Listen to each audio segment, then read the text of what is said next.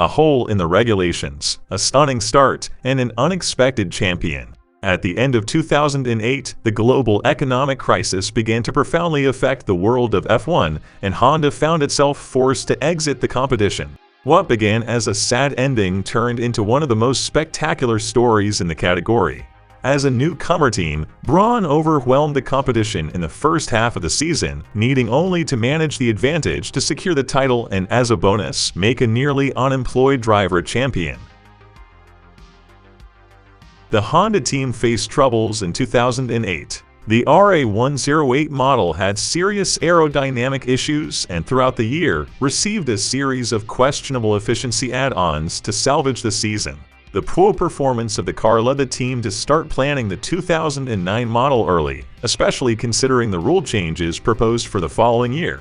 F1 aimed to increase competition among drivers, substantially hindered by the way the cars were designed. With an avalanche of fins, wings, and flaps, drivers couldn't closely follow opponents due to turbulence caused by these devices. To counter this, various measures were taken, such as widening the front wing, narrowing the rear wing, banning fins on most of the bodywork, and simplifying some parts of the car, like the diffuser. The team had hired Ross Brawn, who had left Ferrari after a highly successful tenure, while Nick Fry remained as the team principal. The development of the RA109 began in early 2008, and research remained active throughout the season.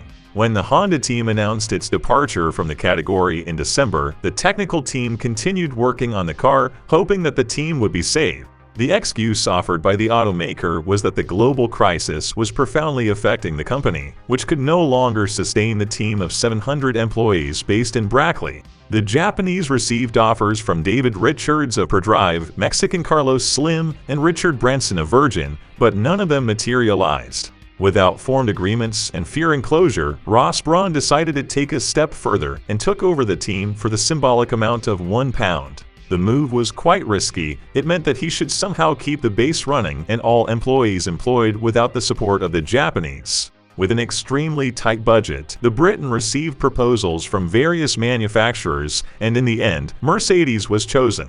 The FO108W engine adapted well to the car, requiring the technical team to make a few changes to the chassis to accommodate the equipment. Rumors surfaced about Bruno Senna taking one of the driver's seats, mainly due to sponsors, but in the end, the team remained with Jenson Button and Rubens Barrichello in the cockpits. With the change of ownership, the team had to change its name, and several were considered. The return of the Tyrrell name was contemplated, as well as the name Pure Racing. The second option was blocked by Mercedes, as the combination of names could imply that the team was the working team of the Germans, which was not true. With the dismissal of the Tyrrell name, Brawn was left to rename the team with his own name, giving rise to Brawn GP. With the name change, owners, and engines, the FIA understood that the team was a new entry on the grid, and therefore an entry fee needed to be charged. To the relief of Ross Brawn, the then vice president of the federation Keith Hayes decided to waive the fee considering the financial situation. Funding issues also prevented the use of cores in 2009, even though Honda had already developed it. When the teams arrived in Barcelona for the first pre-season sessions in March, both journalists and other rivals quickly suspected the BGP001. The white car with black and almost fluorescent green details started off strong, posting times between half a second to a second faster than the others. It was expected that the rule changes would shift the balance of power on the grid somewhat, but the difference was greater than expected. Brawn's good results were initially interpreted as a way to attract press attention and, in turn, secure sponsors, which made sense. Brawn denied the hypothesis, stating that those were the team's actual results and opinions supported by the duo Barrichello and Button. The skepticism began to disappear in the first race of the year in Australia. In free practice, the team was among the top 5. In qualifying, Button took pole position with Barrichello in second, and in the race, Button gave absolutely no chance to anyone, winning from start to finish. Barrichello had a poor start and got involved in an accident in the early corners, but still recovered and finished second. The result was very impressive. Something was happening with the BGP001, and teams already had a culprit: the diffuser. During the preseason, the majority of teams displayed a diffuser with a rather simple design, following the new rules to the letter. Brawn, Williams, and Toyota had a more daring interpretation. the three teams found a loophole in the regulations and developed the so-called double diffuser. Brawn was in the group responsible for formulating the new rules, and with the closure of the Honda and Super Aguri teams, a large number of engineers were available in the market to be hired. Among them were some who worked with Saneyuki Minigawa, who had studied the new regulations. For Minigawa, the rules said nothing about the use of structures that could direct air to the diffuser, only focusing on the height of the part and interconnected planes forming it.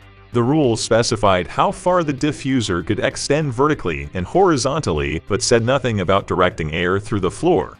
With this idea in mind, the rest of the Honda technical team created a diffuser that used steps, the floor, and the rear crash structure itself to channel air to the part. Thus, the effectiveness of the diffuser increased considerably, providing an advantage that was impossible with simpler diffusers. After the result in Australia, the rest of the grid began to criticize Brawn, Williams, and Toyota, perhaps hoping to ban the part. At the same time, new versions of the double diffuser were being researched by rivals in case the ban was not effective. The problem was in the project as a whole. Creating the diffuser from scratch and installing it on the cars was not so simple, as it required time, money, and adaptations in critical areas of the models for the whole thing to work. This allowed the team to dominate the first half of the season, with Button winning in Malaysia, Bahrain, Spain, Monaco, and Turkey. In England, the balance of power began to shift. Button finished the race in 6th, and Barrichello came in 3rd again, behind the Red Bulls. In Germany, the drivers had problems with tire overheating again, significantly reducing Button and Barrichello's performance. Combined with technical and strategic problems, both finished in 5th and 6th. Performance worsened in Hungary, where the British driver finished 7th and the Brazilian in 10th.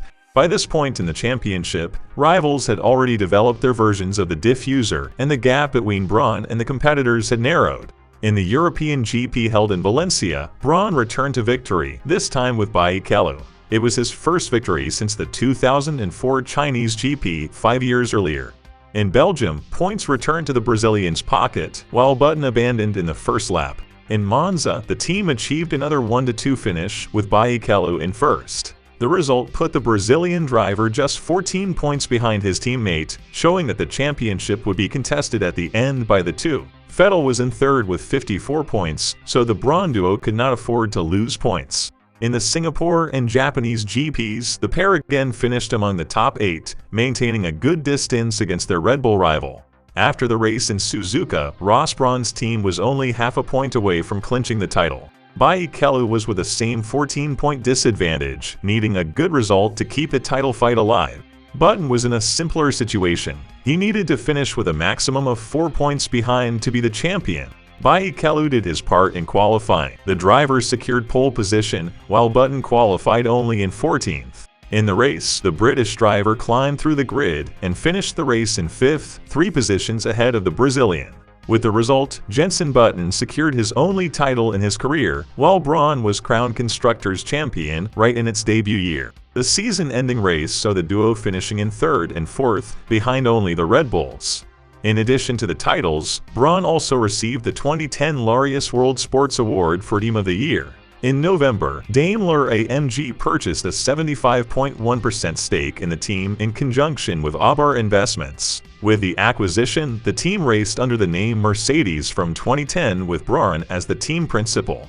The change made the team the first and only F1 team to achieve a 100% success rate in its history, with 1 year of competition and 1 title. Ross Brawn remained in leadership until the end of 2013, and months later, he retired as a team principal. After working as F1's technical director, Brawn retired for good in November 2022. If you enjoyed the video and want to learn more about motorsports, subscribe to the channel. Questions and suggestions are always welcome. Leave them in the comments below. Until next time.